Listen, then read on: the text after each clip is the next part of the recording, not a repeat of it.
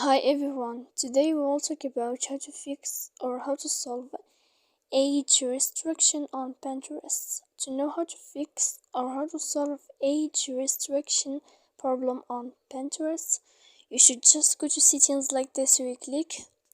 After that, in this page you will go to apps, default apps, app settings. When you will see this list, you will go down to find the application of Pinterest and you will enter. Then in this page here you will go to click for stop.